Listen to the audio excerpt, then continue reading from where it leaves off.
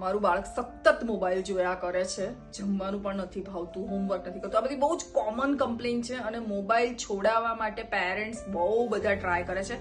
પણ મને એવું લાગે છે કે આપણે જે એજમાં જીવીએ છીએ ને, ડિજિટલ એજમાં, એમાં 80 વર્ષના અંકલોનું બી વોટ્સએપ ગ્રુપ હોય છે, તો પછી ક્યાંથી પોસિબલ છે કે બચ્ચાઓ સાવ મોબાઈલથી દૂર રહે? એટલે એવું તો નથી જ કે તમે એને સદંતર મોબાઈલ છોડાઈ શકો, પણ there are some little tips I can give you કે જેનાથી એનું મોબાઈલનું એડિક્શન જો એને હશે તો એ ઓછું થઈ શકશે.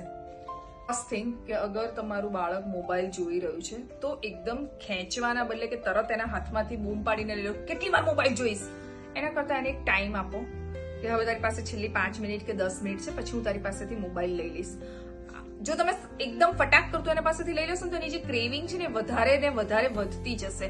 એના કરતા એને ખબર છે કે મારે 10 મિનિટ પછી મૂકી જ દેવાનો છે, એટલે મૂકી જ દેશે. સેકન્ડ થિંગ, ટાઈમ સ્લોટ નક્કી કરો કે તારા જે વર્કિંગ અવર્સ છે કે તારું આખી જે ડેઇલી રૂટીન છે એમાં તને આ અડધો કલાક મળે છે, એમાં તને હું મોબાઈલ આરામથી જોવા આપીશ.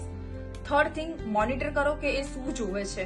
તને હું મોબાઈલ જોવા આપીશ પણ આટલી વસ્તુઓ તો તું નહીં જ જોઈ શકે, આટલી વસ્તુઓ તો તું નહીં જ કરી શકે.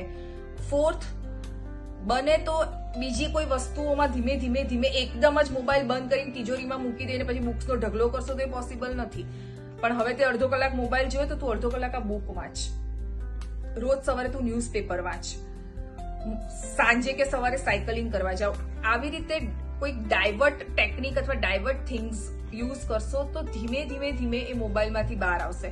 અગર સ્કૂલમાંથી કોઈ કમ્પલસરી કશું પણ આવે છે મોબાઈલમાં તો કોઈ ઘરમાં એક બોર્ડ રાખો કે તમે એની પ્રિન્ટ આઉટ કરીને એમાં આપો કે ડાયરેક્ટ તું મોબાઈલમાંથી કામ કરે, એ નહીં ચાલે. એટલે એનો સ્ક્રીન ટાઈમ આવી રીતે ધીમે ઓછો થશે અને કદાચ ઇવેન્ચ્યુઅલી સદંતર બંધ નહીં થાય પણ ધીમે બાળક મોબાઈલ જોતું ઓછું થઈ જશે.